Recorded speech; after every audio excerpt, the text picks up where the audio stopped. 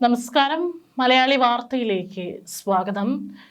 യുദ്ധം 7ാം ദിവസത്തിലേക്ക് കടക്കുമ്പോൾ ഇപ്പോൾ പശ്ചിമേഷ്യയിൽ ചില നിർണായകമായ വഴിത്തിരിവിലേക്കാണ് കാര്യങ്ങൾ പോയിക്കൊണ്ടിരിക്കുന്നത്. മറ്റൊന്നുമല്ല, ഇസ്രായേൽ അമേരിക്ക സഖ്യം ഇറാനെ ആക്രമിക്കാൻ തുടങ്ങിയപ്പോൾ ഇറാൻ ആദ്യം ചെയ്തത് GCC രാജ്യങ്ങൾക്ക് മേലുള്ള തിരിച്ചടിയായിരുന്നു. പ്രത്യേകിച്ച് ആ രാജ്യങ്ങളിലുള്ള അമേരിക്കയുടെ സൈനിക ബേസുകൾക്ക് നേരെ. പിന്നീട് അത് ജനവാസ മേഖലകളിലേക്കൊക്കെ തന്നെ എത്തുന്ന ഒരു സ്ഥിതി വിശേഷത്തിലേക്ക് എത്തിയിരുന്നു. ഏതായാലും ഇപ്പോൾ അയൽ രാജ്യങ്ങളെ ഇനി മുതൽ ആക്രമിക്കില്ലെന്നാണ് ഇറാന്റെ നിർണായക പ്രഖ്യാപനം ഉണ്ടായിരിക്കുന്നത്. ഇത് ഇറാൻ എന്ത് കൽപ്പിച്ചാണ് ഇത്തരത്തിലൊരു തീരുമാനം എടുത്തിരിക്കുന്നത് എന്നുള്ള ആകാംക്ഷയിലാണ്. അതായത് അറബ് രാജ്യങ്ങൾക്ക് മേൽ ഇനി തങ്ങൾ തിരിച്ചടിക്കില്ല. അപ്പോൾ ഇറാന്റെ ലക്ഷ്യം എന്താണ്? അതിന് വലിയ രീതിയിൽ ശത്രു രാജ്യങ്ങൾക്ക് മേലുള്ള ഒരു തിരിച്ചടിയാണോ ഇറാൻ ലക്ഷ്യം വെക്കുന്നത്? ഇറാൻ ഇടക്കാല നേതൃ കൗൺസിലാണ് ഇത്തരത്തിലൊരു തീരുമാനം അറിയിച്ചത്. ഗൾഫ് രാജ്യങ്ങൾക്ക് നേരെ നടത്തി വന്ന ആക്രമണങ്ങൾ അവസാനിപ്പിക്കുകയാണെന്നും അയൽ രാജ്യങ്ങളോട് ക്ഷമ ചോദിക്കുന്നുവെന്നും ഇറാൻ പ്രസിഡന്റ് മസൂദ് പെസഷ്കിയാൻ അറിയിച്ചു. യുദ്ധം 8ാം ദിവസത്തിലേക്ക് കടക്കുമ്പോഴാണ് അയൽ രാജ്യങ്ങളെ ഞെട്ടിച്ചുകൊണ്ട് ഇറാന്റെ പുതിയ നയപ്രഖ്യാപനം വന്നിരിക്കുന്നത്. ശനിയാഴ്ച രാജ്യത്തെ അഭിസംബോധന ചെയ്തപ്പോഴാണ് പ്രസിഡന്റ് മസൂദ് പെസഷ്കിയാൻ ഇറാന്റെ സമാധാന സന്ദേശം കൈമാറിയത്. അയൽ രാജ്യങ്ങളിൽ നിന്ന് ഇറാനെ ലക്ഷ്യമാക്കി ആക്രമണങ്ങൾ ഉണ്ടാവരുതെന്നും പെസഷ്കിയാൻ വ്യക്തമാക്കി. ഇത്തരത്തിൽ അയൽ രാജ്യങ്ങളിൽ നിന്ന് ഇറാനെ ആക്രമിച്ചാൽ അതിന് തിരിച്ചടി ഉണ്ടാവുമെന്ന സൂചനയും പെസഷ്കിയാൻ നൽകി. അയൽ രാജ്യങ്ങളിൽ നടത്തിയ ആക്രമണങ്ങളിൽ ഇറാൻ പ്രസിഡന്റ് ക്ഷമ ചോദിക്കുകയും ചെയ്തിട്ടുണ്ട്. കൊളോണിയൽ ധാർഷ്ട്യത്തിന് മുന്നിൽ കീഴടങ്ങില്ലെന്നും ഇറാൻ പ്രസിഡന്റ് പറഞ്ഞു. ഭിന്നതകൾ മാറ്റിവെച്ച് അവസാന ശ്വാസം വരെ ഇറാനികൾ സ്വന്തം രാജ്യത്തിന് വേണ്ടി പോരാടുമെന്നും അദ്ദേഹം പറഞ്ഞു.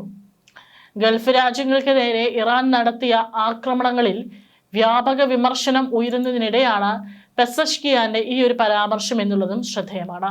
ശനിയാഴ്ച ടെലിവിഷൻ പരിപാടിയിലൂടെ രാജ്യത്തെ അഭിസംബോധന ചെയ്ത സമയത്താണ് മസൂദ് പെസഷ്കിയാൻ ഇറാനെ മറ്റു രാജ്യങ്ങളിലേക്ക് അധിനിവേശത്തിനുള്ള പദ്ധതികളില്ലെന്നും വ്യക്തമാക്കിയിരിക്കുന്നത്.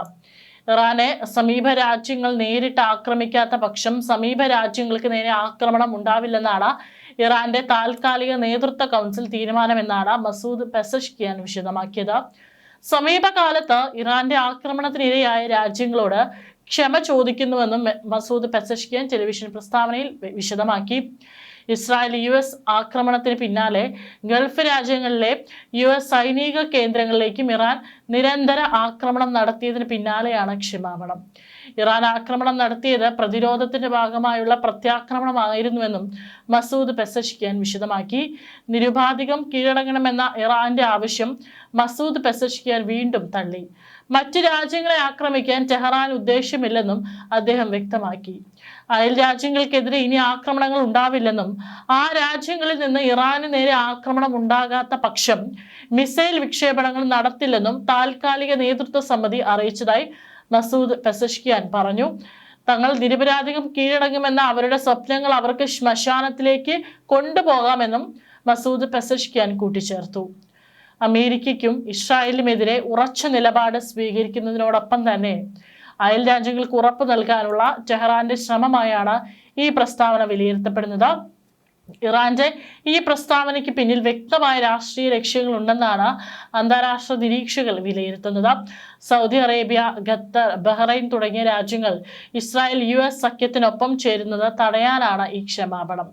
USS ജെറാൾഡ് ഫോർഡ് ഉൾപ്പെടെയുള്ള US നാവിക വ്യൂഹം കരിങ്കടലിൽ എത്തിയ സാഹചര്യത്തിൽ യുദ്ധത്തിന്റെ വ്യാപ്തി കുറയ്ക്കാൻ ഇറാൻ ശ്രമിക്കുന്നുവെന്നാണ് വിലയിരുത്തൽ.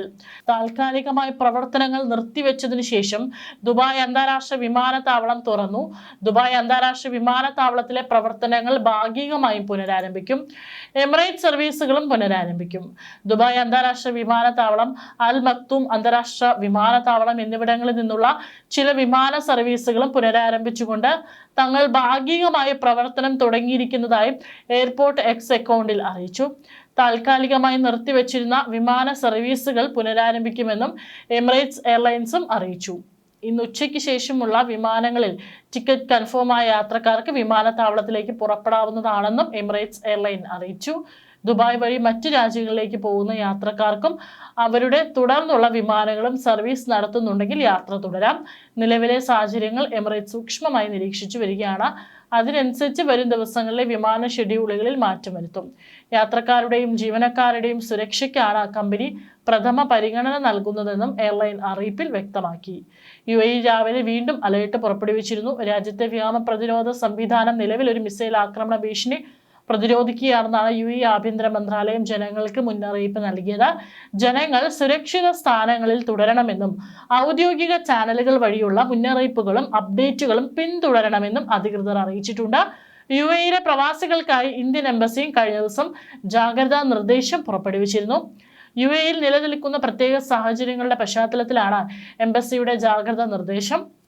പ്രവാസികളും സന്ദർശകരും അതീവ ജാഗ്രത പാലിക്കണമെന്നും പരിഭ്രാന്തരാകേണ്ട സാഹചര്യമില്ലെന്നാണ് എംബസി അറിയിക്കുന്നത്. സമാധാനം പാലിക്കണമെന്നും UAE അധികൃതരുടെ സുരക്ഷാ മാർഗനിർദ്ദേശങ്ങൾ കർശനമായി പിന്തുടരണമെന്നും എംബസിയുടെ മുന്നറിയിപ്പിലുണ്ട്. നിലവിലെ സാഹചര്യം കണക്കിലെടുത്ത് UAEയിലുള്ള എല്ലാ ഇന്ത്യൻ പൗരന്മാരും അതീവ ജാഗ്രത പാലിക്കണം. ഔദ്യോഗിക അറിയിപ്പുകൾ കൃത്യമായി ശ്രദ്ധിക്കണം. ദുബായ് വിമാനത്താവളത്തിന്റെ പ്രവർത്തനവും പുനരാരംഭിച്ചിട്ടുണ്ട്. ഏതായാലും ഡ്രോൺ മിസൈൽ ആക്രമണം തടുത്തപ്പോൾ ഏതാനും അവശിഷ്ടങ്ങൾ വിമാനത്താവളത്തിനുള്ളിൽ വീണതിന് പിന്നാലെയാണ് വിമാനത്താവളം അടച്ചിട്ടതെന്നായിരുന്നു റിപ്പോർട്ടുകൾ. അതിനിടെ എമിറേറ്റ്സും തങ്ങളുടെ സർവീസുകൾ പുനരാരംഭിക്കും. നേരത്തെ ദുബായിൽ നിന്നുള്ള തിരിച്ചുമുള്ള തങ്ങളുടെ എല്ലാ സർവീസുകളും ഇനിയൊരു അറിയിപ്പ് ഉണ്ടാകുന്നതുവരെ നിർത്തിവെച്ചെന്ന് എമിറേറ്റ്സ് അറിയിച്ചിരുന്നു. ഏതായാലും ഗൾഫിൽ കുടുങ്ങിക്കിടക്കുന്നവരെ നാട്ടിലെത്തിക്കാൻ ഇന്ന് എയർ ഇന്ത്യ എക്സ്പ്രസും ചേർന്ന് സർവീസുകൾ നടത്തുന്നുണ്ട്. കൊച്ചി, തിരുവനന്തപുരം, കോഴിക്കോട് എന്നീ വിമാനത്താവളങ്ങളിൽ നിന്ന് മസ്കത്തിലേക്കും തിരിച്ചുമുള്ള ഷെഡ്യൂൾഡ് സർവീസ് ഇന്നുണ്ടായിരിക്കും എന്നാണ് അറിയിച്ചിരിക്കുന്നത്. ഏതായാലും ഗൾഫ് രാജ്യങ്ങളോട് നിരപരാധികം മാപ്പ് പറഞ്ഞ സ്ഥിതിക്ക് ഇനി ഗൾഫ് രാജ്യങ്ങളിലേക്ക് ഇറാന്റെ ഒരു ആക്രമണം ഉണ്ടാകില്ല എന്ന് തന്നെ നമുക്ക് പ്രതീക്ഷിക്കാം.